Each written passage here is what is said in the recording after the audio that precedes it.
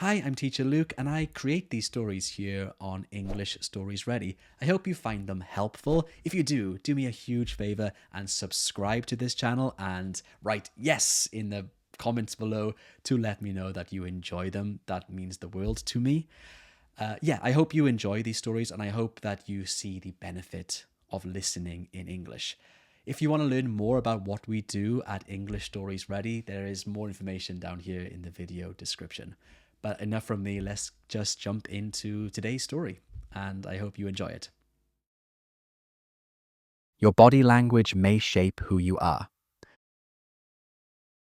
Hello again, I'm Teacher Luke, and welcome to this story on how your body language can shape your personality. This is a great topic, and I am truly excited to share it with you. However, before I start, can you write in the comments the exact time it is right now for you? I am curious what time of day you all listen to these stories. Okay then, let's get started. Chapter 1. Body language speaks before words. Before we begin, let me ask you two quick questions. Have you ever noticed someone's mood just by looking at their face or posture, even before they said a word? And do you think your body language changes when you feel nervous or confident? Please share your answers in the comments. I'd love to know your thoughts. We often think of communication as something that happens with words. We carefully choose vocabulary, check our grammar, and try to speak clearly. But here is something many people forget. Before you even open your mouth, your body is already speaking. Your body language, the way you stand, the way you move, your facial expressions, and even your hands, communicates messages all the time. In fact, studies suggest that a large part of human communication is non-verbal. This means people often notice how you look and act before they hear what you say. Imagine you are meeting someone for the first time. If you walk in with your shoulders down, your eyes on the floor, and no smile, the other person might think you are shy, uninterested, or even unfriendly. But if you walk in with your head up, shoulders back, and a small smile, they may immediately see you as confident and approachable. Same person, same moment, but a completely different message simply because of body language. I remember a moment from my own teaching life that showed me how powerful this is. Many years ago, I was teaching my very first English class at a university in South Korea. I was young, nervous, and worried about making mistakes. Before the class, I stood outside the classroom door with my notes in my hands. My heart was beating fast and my thoughts were racing. I thought, what if the students don't respect me? What if they don't understand my English? When I finally walked in, I forgot about body language. I looked down at my notes. I didn't make eye contact, and my voice was softer than usual. The students were polite, but I could feel that they weren't fully engaged. Something was missing. That night, I remembered something I had read. Your body language shapes how others see you, and also how you see yourself. I decided to try a new approach in the next class. The following day, before opening the door, I took a deep breath. I stood tall, lifted my head, and put on a confident smile, even though I still felt nervous inside. When I walked in, I looked at the students directly, greeted them warmly, and used open gestures with my hands. The difference was immediate. The students smiled back, sat up straighter, and paid closer attention. I felt more confident too, even though nothing had changed in my notes or my lesson plan. What changed was my body language. That experience taught me a lesson I have never forgotten. Body language speaks before words. Let's think about why this happens. Human beings are wired to read body signals. Long before we developed complex languages, we communicated through gestures, expressions, and movement. A smile showed safety, while a frown showed danger. A strong posture showed leadership, while a small posture showed weakness. Even today, our brains still pay attention to these signals. That's why a confident posture can make people trust you more, while closed body language can make people doubt you. And it doesn't only influence how others see you, it also influences how you feel about yourself. Psychologists call this the feedback effect. When you smile, even if you don't feel happy, your brain starts to feel a little happier. When you stand tall, even if you don't feel confident, your brain begins to believe you are more confident. In other words, your body can send messages to your own mind. Have you ever tried the power pose? It's a simple exercise where you stand tall with your chest open and your hands on your hips, like a superhero. Just holding this pose for 2 minutes can make you feel stronger and more prepared. You may have heard about this in Amy Cuddy's famous TED Talk, "Your body language shapes who you are." Many people around the world have used this technique before job interviews, presentations, or big events, and it helps. Now, let's connect this to communication in English. When you speak in another language, you may sometimes feel nervous or shy. You might worry about making mistakes, forgetting words, or not being understood. Your body shows this nervousness. Your shoulders close in, your voice gets quieter, and your eyes avoid contact. But here's the good news.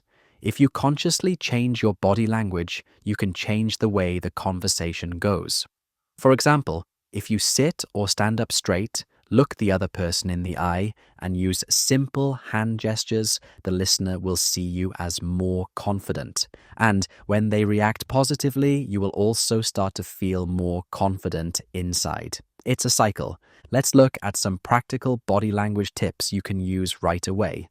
Stand or sit tall. Avoid slouching. A straight posture makes you look and feel more confident. Use eye contact. You don't need to stare, but looking at the other person shows interest and connection. Smile naturally. A smile makes you approachable. It also relaxes you and the person you're speaking with. Use open gestures. Keep your hands visible and relaxed. Simple gestures help explain ideas and make you look engaged. Control nervous habits. Tapping your foot or playing with your pen can distract from your message. Try to keep your movements calm. Match your body to your words. If you say, "I'm excited," but your face looks serious, people won't believe you. Let your body support your message. Another small story. A student of mine, Ahmed, once gave a short presentation in class. His English was good, but he spoke in a flat voice, kept his arms crossed, and looked at the floor. The audience wasn't engaged. I asked him to try again, but this time with a stronger posture and a smile. He did, and the difference was amazing. The class clapped, and Ahmed looked surprised. He said, "Teacher, I didn't change my words. Only my body." That day, he understood how body language can transform communication. So, here's something important to remember. You don't need perfect English to make a strong impression. Even if your vocabulary is limited, your body language can show confidence, warmth, and openness. People will often remember how you made them feel more than the exact words you used. This is especially useful in situations like job interviews, presentations, or meeting new people. If your words are simple, but your body language is confident, you will still leave a positive impression. Let me end this chapter with 2 questions for you. Have you ever used body language to help you feel more confident in English? And what is one small change you could make to your body language the next time you speak? Please share your answers in the comments. I'd love to read them. Because in the end, communication is not only about words. Your body speaks first, and it can shape not just how others see you, but also how you see yourself. Chapter 2. Power Poses and Confidence. Before we begin, let me ask you 2 simple questions. Have you ever changed the way you stood or sat to feel more confident? And do you think your body can influence your mind, not just the other way around? Please share your answers in the comments. I'd love to know your experiences. Most people think confidence comes only from the inside, from thoughts, beliefs, and emotions. They say, I will act confident once I feel confident. But what if the opposite is also true? What if the way you move your body could change the way you feel inside? This is the idea behind power poses. A power pose is a strong, open posture that tells both your brain and other people, I am confident. I am ready. The most famous example looks like a superhero pose, feet apart, chest open, and hands on your hips. Research suggests that holding a pose like this for just 2 minutes can increase feelings of strength and reduce stress. So, power poses are not about pretending. They are about teaching your brain to believe in your own strength. Let me share a personal story. Years ago, I had to give a presentation to more than 300 students at a university event. It was the biggest audience I had ever faced. Just before walking on stage, I felt my hands sweating and my heart racing. I looked at my notes, but my mind felt blank. Then I remembered something I had read about power poses. I stepped into an empty classroom, stood tall, put my shoulders back, and placed my hands firmly on my hips. I looked at myself in the mirror and took a deep breath. For 2 minutes, I stayed in that position. Did it magically remove my nerves? Number. But it changed something important. My mindset. Instead of focusing on fear, I felt ready to face the challenge. When I walked onto the stage, my voice was louder, my gestures were more open, and the audience responded with interest. That moment taught me that body language is not only for others, it also works for yourself. So, what makes a power pose powerful? It comes down to 3 things: openness, space, and stability. Openness. In a power pose, your body is not closed or small. You open your chest, lift your chin, and make yourself visible. This sends a signal of confidence. Space. Power poses take up space. When you spread your arms or stand with your feet apart, you show that you are comfortable and in control. Stability. Power poses are grounded. Your feet are firm, your body is balanced, and you look steady. This stability makes both you and others feel secure. There are many kinds of power poses you can try. The superhero pose. Stand tall, feet apart, hands on hips, chin lifted. The victory pose. Raise both arms in a V shape as if you have just won a race. The leader pose. Stand with your hands resting on a table, leaning slightly forward, showing authority. The relaxed confidence pose. Sit back in a chair with shoulders open and hands resting calmly, not hidden. Each of these poses tells your brain, I belong here. I am confident. You might be wondering, when should I use these poses? Here are some moments when power poses can help. Before a job interview, before giving a presentation or speech, before an important exam, before meeting new people or joining a group. Even if you feel nervous inside, taking 2 minutes in a private space to stand in a power pose can make a big difference in how you perform. Let me give you another example. A student of mine, Fatima, once told me she was terrified of job interviews in English. She always felt small and unprepared. I suggested she try a simple exercise before her next interview. Go into the bathroom, look in the mirror, and hold a power pose for 2 minutes. She laughed when I first told her, but she decided to try it. Later, she came back and said, Teacher Luke, I felt different. I still made some mistakes in English, but I didn't feel weak. I felt stronger, and the interviewer noticed my confidence.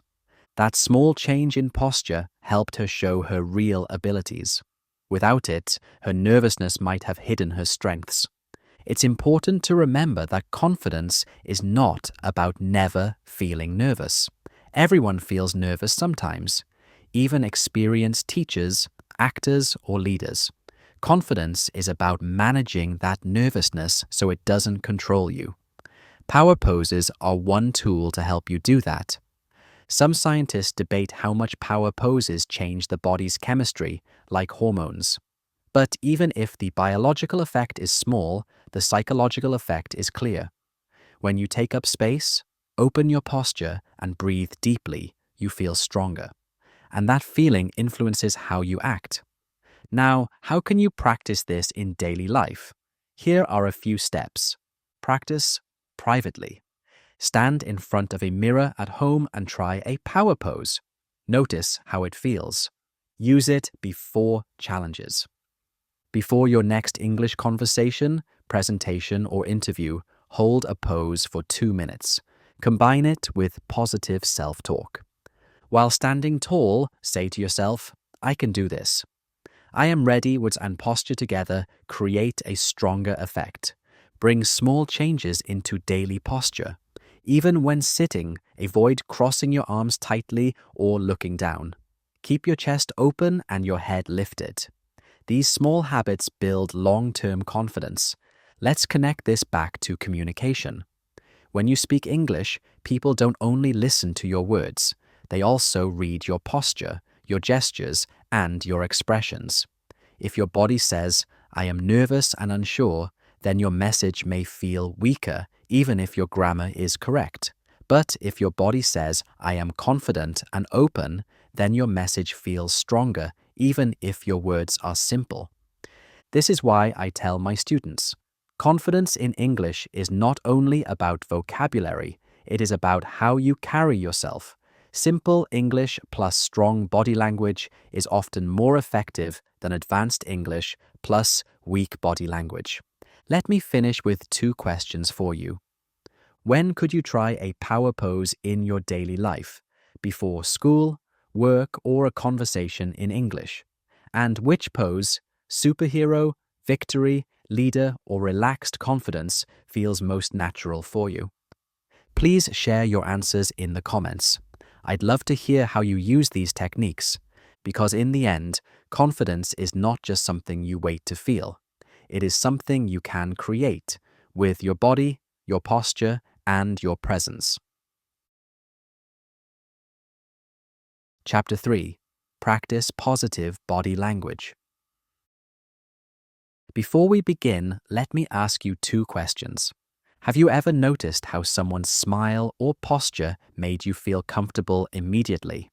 And do you think your body language changes depending on the situation? At work, at school, or with friends? Please share your answers in the comments. I'd love to hear your thoughts. Body language is powerful. It speaks before words, it influences how people see us, and it even changes how we feel about ourselves. But here's the good news. Body language is not fixed. You can practice it. Just as you can train your muscles at the gym, you can train your body to send more positive, confident signals every day. Practicing positive body language doesn't mean pretending to be someone else. It means choosing habits that support your message, your relationships, and your confidence. With practice, these habits become natural, and you won't even have to think about them. I remember a student named Nura. When she first joined my class, her English was strong, but her communication felt weak. She spoke softly, kept her arms crossed, and avoided eye contact. Her classmates often misunderstood her, not because of her English, but because of her body language. One day, I asked her to try a simple change: uncross her arms, sit up straight, and smile while speaking. At first, it felt strange to her. She told me, "Teacher Luke, this is not natural for me." But after a few weeks of practice, it became easier. Her classmates began to respond differently. They leaned in, smiled back, and listened more closely. Noura realized that by practicing positive body language, she could change the way people saw her and the way she saw herself. So, what does positive body language look like in practice? Let's break it down into 5 key areas. 1. Posture. Stand or sit with your back straight and your shoulders open. Avoid slouching or shrinking into your chair. Good posture shows energy and confidence, and it also helps you breathe more easily. 2. Eye contact. Making eye contact shows that you are present and engaged. You don't need to stare, but look at the person regularly as you speak or listen. It creates connection and trust. 3. Smiling. A smile is one of the simplest and most powerful tools you have. It makes you look approachable and friendly. Even when your English is not perfect, a smile helps people focus on your message. 4. Gestures. Use your hands naturally to support what you say. For example, show size with your hands or point to yourself when saying me. Gestures add clarity and energy to your message. 5. Space and openness. Avoid crossing your arms tightly or hiding your hands. Open body language makes you look more confident and comfortable. Of course, positive body language doesn't mean being fake. You don't need to smile all the time or act in a way that feels unnatural. Instead, think of it as highlighting the best version of yourself. Just like practicing English words, you can practice body language until it feels authentic. Here are some simple ways you can practice positive body language every day. Use the mirror. Stand in front of a mirror and practice speaking with a smile and open posture. Notice how it feels. Record yourself. Make a short video of yourself speaking English. Watch your posture, eye contact, and gestures. What looks positive? What can you improve? Practice greetings. Every time you greet someone, in English or your own language, make eye contact, smile, and use a clear voice. This builds daily confidence. Check your posture often. Set a reminder on your phone to sit tall or stand tall. These small adjustments make a big difference over time. Copy positive models. Watch speakers you admire, maybe in TED Talks, movies, or YouTube. Notice how they use body language. Try copying them until it feels natural. One of my favorite moments in class is when students role-play real situations, like job interviews or presentations. At first, they focus on the words. But when I remind them to practice body language, to smile, use their hands, and keep strong posture, everything changes. Their English doesn't suddenly become perfect, but their communication becomes alive. The audience listens more closely and responds with more energy. This shows a powerful truth. People don't remember every word you say, but they remember how you made them feel. Positive body language helps people feel comfortable, respected, and connected. Let me share another short story from my life as a teacher. Once I was preparing for an important meeting with school directors. I felt nervous, and my natural instinct was to sit quietly with my arms crossed. But I reminded myself to practice positive body language. I opened my posture, leaned forward slightly, and nodded when others spoke. By the end of the meeting, one director said, "Luke, you seem very confident and engaged." Inside, I was still nervous, but my body language told a different story. And that changed the result of the meeting. So, the message of this chapter is simple. You can practice positive body language just like you practice English. Start small, repeat often, and let it become part of your daily life. Over time, you will notice that people respond to you differently. And you will also feel stronger and more confident inside. Let me end with 2 questions for you. Which part of your body language do you want to improve first? Posture, eye contact, smiling, or gestures? And how can you practice it this week in a small, daily way? Please write your answers in the comments. I'd love to read them. Because in the end, words are powerful, but your body speaks too. And when your body language is positive, your whole message becomes stronger, clearer, and more confident.